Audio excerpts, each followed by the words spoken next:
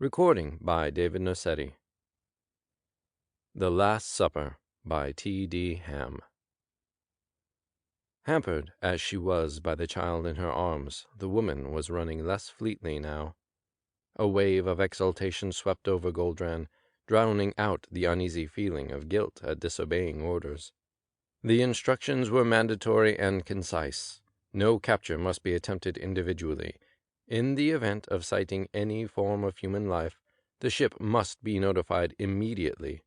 All small craft must be back at the landing space not later than 1 hour before takeoff. Anyone not so reporting will be presumed lost. Goldran thought uneasily of the great seas of snow and ice sweeping inexorably toward each other since the earth had reversed on its axis in the great catastrophe a millennium ago. Now, summer and winter alike brought paralyzing gales and blizzards, heralded by the sleety snow in which the woman's skin-clad feet had left the tracks which led to discovery. His trained anthropologist's mind speculated avidly over the little they had gotten from the younger of the two men found nearly a week before, nearly frozen and half-starved. The older man had succumbed almost at once.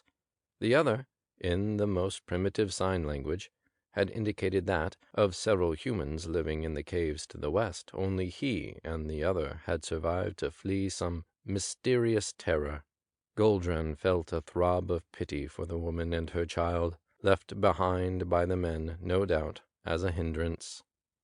But what a stroke of fortune that there should be left a male and female of the race to carry the seed of Terra to another planet, and what a triumph if he, Goldran, should be the one to return at the 11th hour with the prize. No need of calling for help. This was no armed war party, but the most defenseless being in the universe, a mother burdened with a child. Goldran put on another burst of speed. His previous shouts had served only to spur the woman to greater efforts. Surely there was some magic word that had survived even the centuries of illiteracy, something equivalent to the bread and salt of all illiterate peoples. Cupping his hands to his mouth, he shouted, "Food! Food!" Ahead of him, the woman turned her head, leaped lightly in mid-stride, and went on, slowing a little, but still running doggedly. Goldran's pulse leaped. He yelled again, "Food!" The instant that his foot touched the yielding surface of the trap, he knew that he had met defeat. As his body crashed down on the fire-sharpened stakes, he knew, too, the terror from which the last men of the human race had fled. Above him, the woman looked down, her teeth gleaming wolfishly. She pointed down into the pit, spoke exultantly to the child.